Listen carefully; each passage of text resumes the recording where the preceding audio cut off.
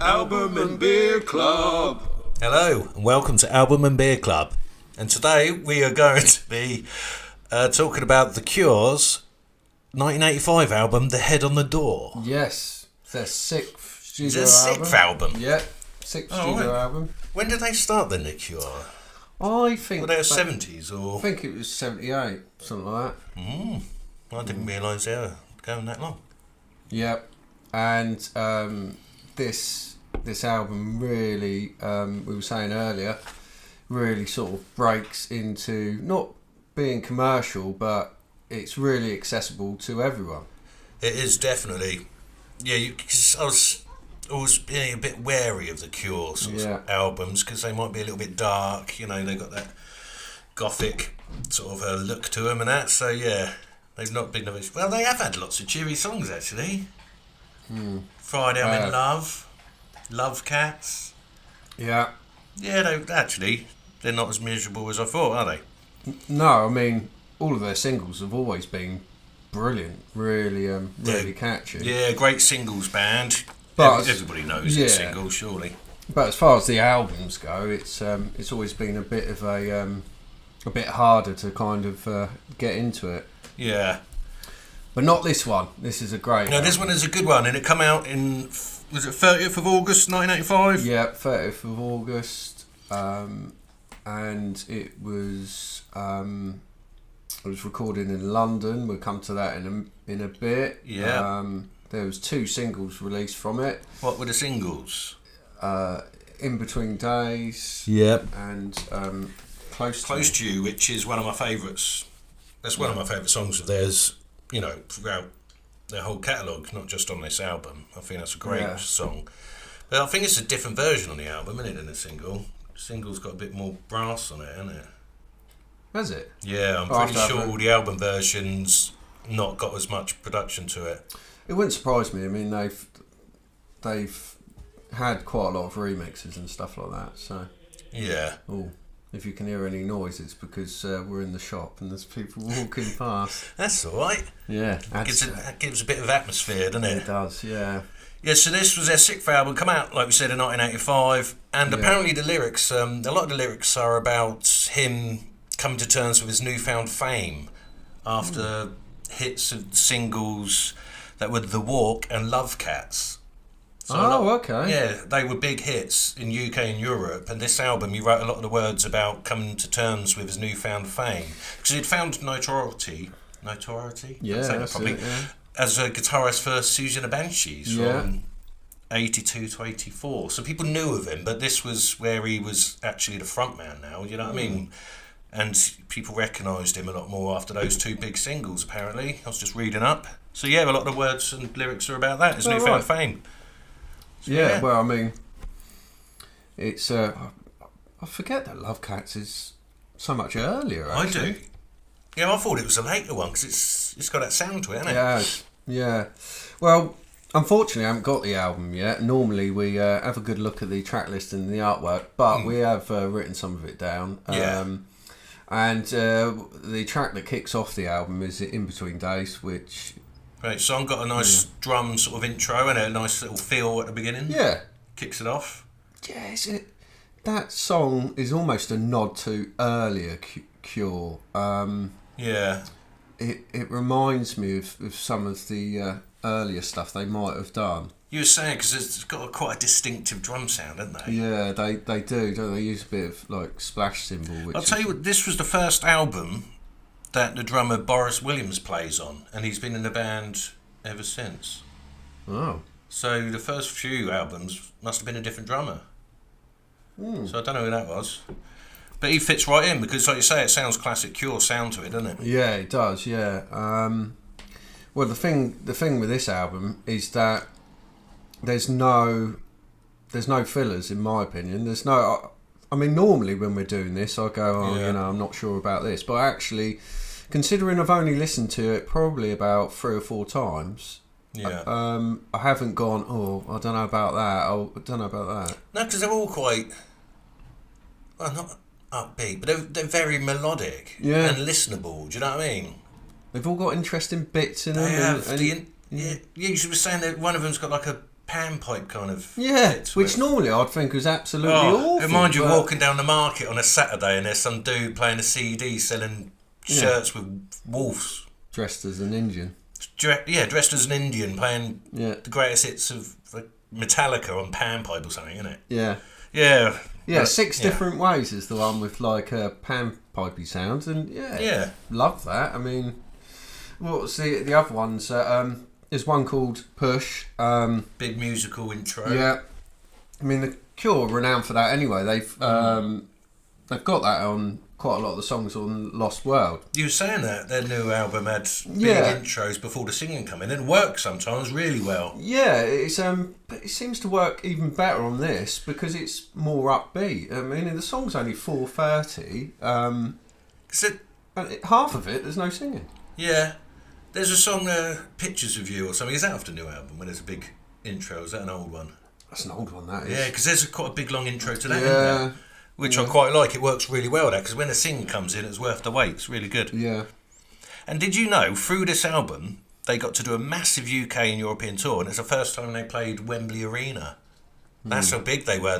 This album went straight into the charts to number 7, and it was in between Phil Collins. What's that one he had? Something about a jacket or something. No jacket required. No something required. I don't know. All of his albums about his wife. Yeah, so this went straight in between Phil Collins and Tears for Fears. It was that big an album in 1985. Wow. For quite an underground independent band before that. Yeah, I mean... Do you know what I mean? Really big hit, this one. I mean, what's quite unusual about The Cure is that for a predominantly 80s band, they've aged pretty well. You don't get that often. I mean, you get it with a few bands, don't you, that still sound alright, but some of them sound a bit dated. Well, the thing is, because lots of bands, they try to sort of fit into what's going on around them, the musical landscape, where the Cure's just done their own things. Their music sounds timeless. Do you know what I mean? They weren't trying to sound too 80s, new romantics or anything. Do you know what I mean? Not at all. They were just doing their own thing when all of that stuff was going on. So their music just stands up still to this day. It still sounds like them, which is great. Yeah, and that's this album. Every song sounds different, but it fits in really well, which is good. You know, I mean, like I said, I'm definitely going to buy this album. It's a good album, really good album. Yeah, I mean, I don't, because it's not on vinyl. I'm not quite sure about what would be the first track on the second side, but I think it might be close to me because that's track 7. If it is, I mean, that's a cracking start. Oh, there's 10 songs on it, so there might be 5-a-side. Oh yeah, that would help. That would probably work better. But then again, you said that Push has got a massive intro. Oh no, that would still work. Yeah. Oh yeah, so maybe Push is the last one. Yeah. On the first side, I don't know. Yeah, and I think saying about the singles actually, and we had In Between Days, which kicks off this album. That got to, I have written it down because I can't quite remember what it was actually. Got to number 15. That's good, isn't it? And the only other single on the album, which seems bizarre because they could have potentially picked. They could have had quite a few off this album, was Close to Me, and that got to number 24. And that's a much better song. That's much better, and it sounds so much more modern. That's mad, isn't it? And, in my opinion, it's the best clapping song ever. Since the clapping song. I can't think of a better song, and I challenge anyone to think of a better one, which has got hand claps in it predominantly as well. It's like an intro as well. They do like a hand clap. They do. Over the years, quite a few of their songs. And if you do it properly like that, sounds good. It's a little bit of an offbeat in that. I like it. Amazing. Yeah, it's very 60s sounding, isn't it? I love that. Like, obviously, the clapping song. I love all of that sort of stuff. Yeah. It's really, really cool. Yeah. Well, do you know where the album title comes from? Because the album is called Head on the Door. Yeah, the Head on the Door, yeah. It comes from a nightmare that Robert Smith used to have, a recurring nightmare when he was a kid. Yeah. Of an old man used to appear on the top of his door, grinning and laughing, and he used to wake up terrified. And that sounds awful, doesn't it? That sounds awful. Yeah. I mean, that reflects, we might as well talk about this now, because as you know, we haven't got the sleeve. Yeah. Here it is. Dan's going to put it there. There you go. Yeah. Modern technology for you. Bloody hell, I've only had this. Yeah. But the cover perfectly represents the dream. I wonder who did that. Did we look into who did the artwork? No, but it looks really good, and it's I was just wondering whether he had painted it from his own memory, sort of thing. Looks like a photograph, like a blurred photograph of, and how you've described it. It looks like that. Oh wow, cool. And one thing, The Cure, in my opinion, they've always been great at covers, and whether it's singles, albums, the videos are great as well. The artwork, they're very visual artists as well, aren't they? Their videos are brilliant. Yeah. Spooky and creepy. I love all of that. Oh, is the Close to Me video the one where they're all in a wardrobe? Have you seen that? Yeah, I think it is. And they're, obviously, because they're Close to Me, they're all like in this wardrobe and there's clothes all in there. And then the next thing, it goes off a cliff. Oh, and I need to watch that. I can't quite remember it. It's such a impressive concept that's cheap and easy to do. If you're in a band, you think, oh, I wish I'd thought of that, because they clearly just got a shit wardrobe, gone in there, done all these weird camera effects of them squashed in there, and then at the end of it just pushed it off and filmed it with them not in it. Well, God, you'd hope not. Yeah. But so I'll need to check that out, actually. That sounds good. Reminds me of that Behind Number 9 episode where they're all hide in the wardrobe. That's a good episode, that one. I mean, if they didn't like The Cure, I mean, that's one of their idol bands. I was going to say, definitely. So strange. Yeah, cool. So we've mentioned a couple of songs already. Kyoto Song. Which one is that one? I can't quite remember that one. No. The thing is, when you hear it, you're like, oh, I love that. Yeah. I always forget the names of songs. If they don't say it in the song, I can't remember what Especially the song is. as we've heard this only a few times each, because we were looking for a Cure album to do, because it's a bit of a minefield. They're all great, but for different reasons. But this, I think we could even do another one on this further down the line and be more in depth, because it's only going to grow, I think, with more listens. It's like you say, it's first listen, it's great, and not a lot of albums do that. No. Some albums take a few listens to get into, but this straight away. Maybe it's because we've heard a lot of Cure stuff before and we know a few songs off of it. Yeah. But no, it's really good, like you said, an accessible album for anybody. Fair weather fans of The Cure only know the singles. Listen to this because it sounds, it just sounds like all their good sort of stuff that you like. Exactly. Yeah. In one album. Yeah, exactly. Yeah, I mean, track 9, Screw, starts off with the most amazing distorted bass. Oh, it reminds me of the Chili Peppers a little bit. That it Chili Peppers song exactly sounds like that. It does. And then I'm thinking, here we go, this is going to rock. And then it comes in with some sort of 80s beat. And I think, but then I like it for that. And it grows at the same time. It would be a bit obvious if it just come in with drums. Oh, no, I like those when things do a right angle and you don't know where they're going. So that's there's a song and I can't remember which one it is. That's got I can't remember what it's got on there. Oh no, what I was going to say was about the song Blood. Yeah. Do you know where that comes from? No. Robert Smith was gifted a bottle of wine, and it's a heavy wine, like Portuguese wine. That's really cheap, that all the workers used to drink out in Portugal. And he looked at the label on the bottle and it had the Virgin Mary and baby Jesus on it. And he started getting engrossed in it. And then he said he kind of fell into the reverie of being a flamenco guitarist in Spain. And that's why it's got that. Oh, that's why it's got that's that sort of brilliant flamenco. Oh, that guitar. That's what I was trying to talk about a minute ago. The instrument was the flamenco guitar at the beginning. Really nice acoustic sound. Really good. And I didn't realise he was that good a guitarist. Because that's a really cool sort of bit of guitar in there. That's great sound, really different. Oh, and a bottle of wine, by the way, so I didn't say, was called The Tears of Christ. Right. So that, and he come up with a song about it. He was just gifted it one day and heard about it was a worker's kind of cheap plonk. It's only 12p a bottle. Well, and it inspired this song, which is a good song. It's good. There's a lot of meaning behind the album, which is good. And well, that brings it on nicely to Beer of the Week, doesn't it? Beer of the Week, yes, it does. Beer of the Week. Yeah. And today we have gone for Faith. Yeah. Which is a hazy pale ale from Northern Monk Brewery. Yeah. And I tell you what, that's really nice. It is actually nice, 5%. I'm really enjoying that. It's going down like a can of pop. Going down like a can of nice beer. Yes. No, it's good. I love the design as well on the can. Yeah. Awesome kind of simple but effective. Yeah. I like the colours on that. It's great, actually. It tastes nice, doesn't it? Really nice. We've had something by Northern Monk before, actually, but I think it had a bit too many flavours. This is more of your straightforward. You'd have this. You can imagine sitting in the garden having this, nice hot. Oh, definitely. It says juicy and tropical, which normally puts me off. Yeah, but it's not overpowering. No, this is really nice beer. And how do we get to that then, Rich? Because, the studio that they recorded at was Angel Recording. Yeah. And it was in Islington, London. And it was an old chapel. It's a converted chapel. That's right.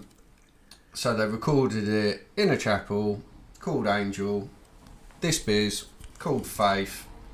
The brewery got a monk on it. The song Blood. It's about tears of Christ. Yeah, so there we go. So that's actually a very good link. That is a good one for once, isn't it? we managed got a really good one. We didn't realise how good that link was until we started talking about it just then. But actually, that's really good. It is good, yeah. And it's a nice drink, so we're chuffed with that. So. Could be bigger cans though. Look at that. Yeah. Tiny. But it's 5%, so there you go. It is 5%. I like that. And normally at this point we would go on to talk about prior band names. And you know what? Didn't look at what the Cure were called before. Maybe they were called The Disease. Can you maybe... And now they're The Cure. That would be... I don't know. That would be good. That would be good, wouldn't it? That should be their first album. The Disease by The Cure.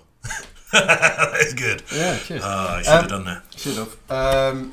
So I don't know if they've got... Maybe if they did have an early one, for people watching this on YouTube, maybe we might pop it up on the screen.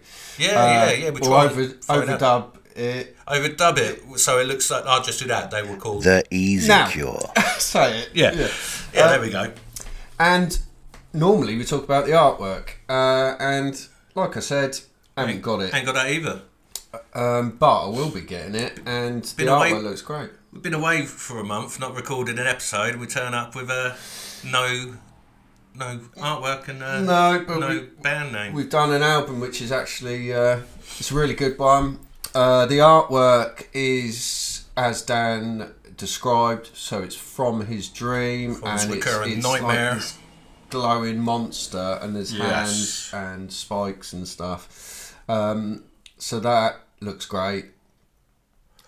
And going back to that bass line, I was reading that it's the return of a bass player that must have been in an earlier band, in the Cure first, and then Simon left.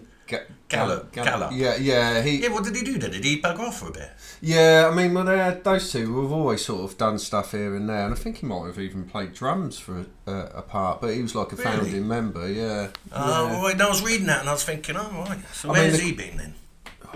Well, no idea. Where people leave drugs and get chucked out, and it's stuff like that. I mean, the Cure's always got a bit of a revolving door as far as... It sounds that way, because if Robert Smith was playing guitar and Susie and the Banshees from 82 to 84, and this album come out in 85, and it's their 6th album, was he in both bands? He must have been.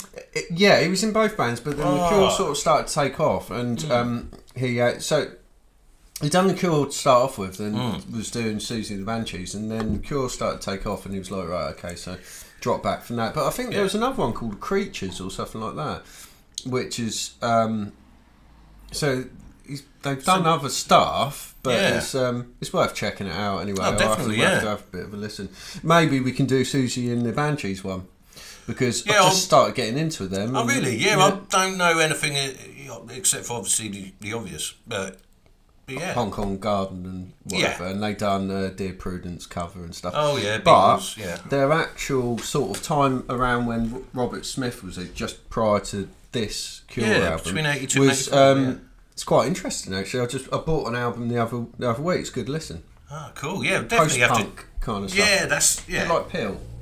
Yeah, Peel cool. And Cure. Yeah. We were going to do a Peel one at one point, but it's quite hard to find an album that I can listen to the whole way through. Yeah, because they're a challenge. But I'd like to do album. I think that'll be good. That's got Rise on it and Ginger. Rise is one of my favourite songs. Yeah.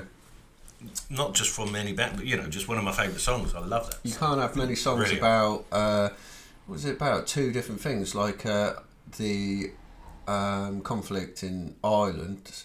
Is it? And what else was it?